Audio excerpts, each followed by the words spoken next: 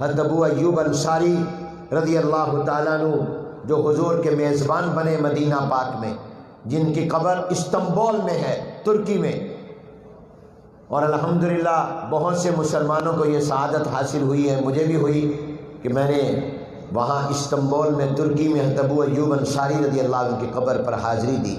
حضرت ابو ایوب انصاری رضی اللہ تعالیٰ عنہ حدیث حضور علیہ السلام سے ایک صحابی نے کہا اذنی و اوجز، یا رسول اللہ مجھے نصیحت کریں مگر مختصر سی نصیحت کر دیں، شارٹ نصیحت، زیادہ لمبی نہیں، چھوٹی سی نصیحت۔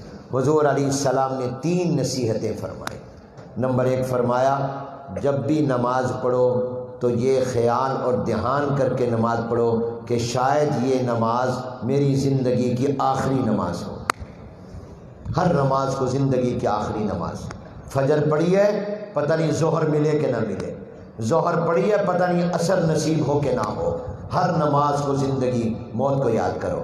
دوسرا فرمایا کہ جب بھی تم کوئی بات اپنی زبان سے کہو تو پہلے سوچ لو، ایسی بات نہ کہو جس پر بعد میں معافی مانگنی پڑے، جس پر بعد میں ندامت اور شرمندگی ہو، سوری کہنا پڑے، نقصان اٹھانا پڑے۔